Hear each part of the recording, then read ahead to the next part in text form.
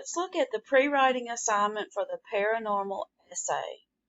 Remember not to access your assignment from the to-do list or from grades. Always go in through the module.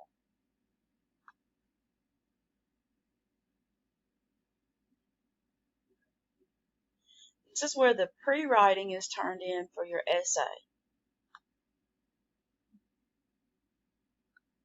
You don't have to quote from anything. I'm not looking for what the internet has to say about anything having to do with the paranormal.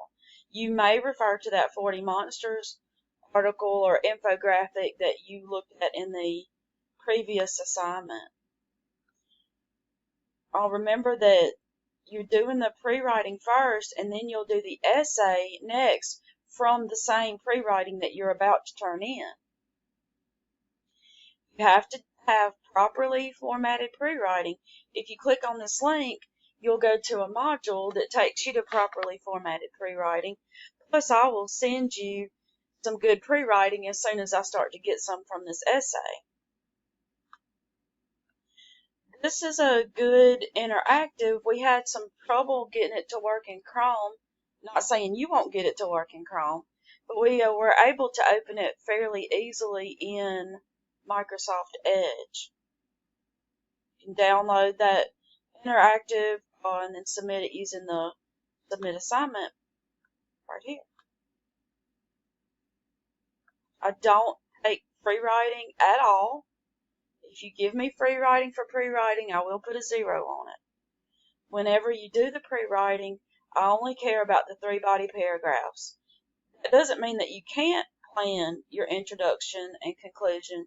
You certainly may, but I'm not really looking for the introduction and conclusion in your pre-writing. What I do have to see is the plan for all 3 body paragraphs done separately.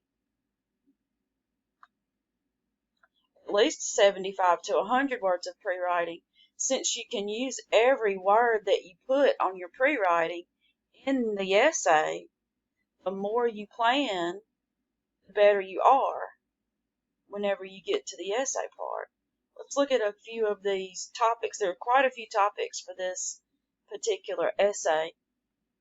You can talk about paranormal experiences. Maybe you saw something weird in the sky one night, or just something unexplainable happened, and it wasn't necessarily a ghost story, but it was just something really strange that happened to you. These are ghost stories that may have happened in your life. Maybe your grandma told them to you or your friend. But what I don't want to read is internet stories. Remember the monsters from the 40 Monsters infographic, that big picture? Maybe you know somebody who is like 3 of those monsters. Put a different name for that person. Don't use the person's real name. But maybe so-and-so is like blank, blank, and blank from 40 Monsters. Or you can probably just leave that part off altogether. Or maybe you know 3 different people who are like some of the monsters from that infographic, and then you would put their real names there. You'll know who they are, but don't tell me their real names if you're kind of talking bad about them. And then you just compare them. If you have some scary movies that you like, tell me about those. 1, 2, and 3. Remember that movie and book titles are always italicized, and they are always treated like singular nouns, even if something in the title ends in an S or looks like it's plural. So play with your pre-writing.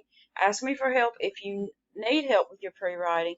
And remember, you have a samples folder here to go by. Plus, I will be sending you examples as I get them. Okay? That's the end of the pre-writing assignment.